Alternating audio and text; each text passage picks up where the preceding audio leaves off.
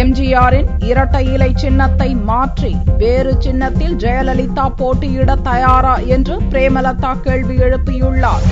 திருச்சி தொகுதியில் தேமுதிக வேட்பாளர் விஜயகுமாரை ஆதரித்து ஸ்ரீரங்கம், காந்தவர்கோட்டை உள்ளிட்ட இடங்களில் பிரேமலதா பிரச்சாரம் மேற்கொண்டார். ஸ்ரீரங்கத்தில் பேசிய பிரேமலதா, திமுகவும் அதிமுகவும் ஊழல் கட்சிகள் என்றும் இவர்கள் ஊழலை பற்றி பேசுவதற்கு என்ன தகுதி உள்ளது என்றும் கூறினார். ₹1 மாத வருமானம் பெற்ற ஜெயலலிதா 6000 கோடி ரூபாய் சொத்து சேர்த்த வழியை ஏழைகளுக்கும் முதல்வர் ஜெயலலிதா கற்றுத் தருவாரா என்று பிரேமலதா கேள்வி எழுப்பினார்.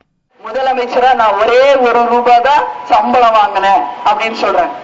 ₹1 சம்பளம் வாங்கின முதலமைச்சருக்கு 6000 கோடி ரூபாய் சொத்து வந்தது எப்படி? இந்த கேள்வியை மக்கள் கேள்வியாக முதலமைச்சர் முன்னாடி நான் வைக்கிறேன். ஜெயலலிதா அவர்களே, ஏதாவது ஒரு பிசினஸ் டெக்னிக் இருந்தா மக்களுக்கும் சொல்லுங்க. ₹1 6000 கோடி ரூபாய் சம்பாதிக்க முடியும்னா எல்லார் மக்களுமே அதை சம்பாதிச்சுட்டு நிம்மதியா வாழலாமே. அதிமுகவை உருவாக்கிய எம்ஜிஆரின் பெயரை எந்த இடத்திலும் குறிப்பிடாத ஜெயலலிதா, அவர் வாங்கி தந்த இரட்டை இலை சின்னத்தை மாற்றி வேறு சின்னத்தில் நின்று தேர்தலில் வெற்றி பெற்றால் தங்கள் கட்சி சார்பில் பாராட்டு விழா நடத்துவோம் என்றும் பிரேமலதா சவால் விடுத்தார். எதுக்கு எடுத்தாலும் நானுங்கிறீங்களே, ஆனா ஒரே ஒரு நேரம் மட்டும்தான் எம்ஜிஆர் பேரை அவங்க யூஸ் பண்ணுவாங்க. எப்போ?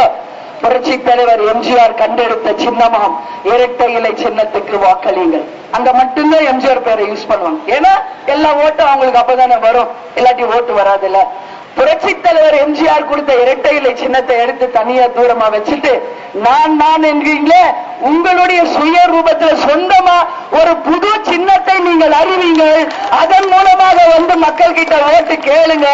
அதுல மக்கள் உங்களை ஜெயிக்க வச்சு முதலமைச்சர் ஆகட்டும். தமிழ்நாடு மக்கள் சார்பாகவும் எங்கள் கட்சி சார்பாகவும் உங்களுக்கு பாராட்டு விழா நடத்துகிறோம்.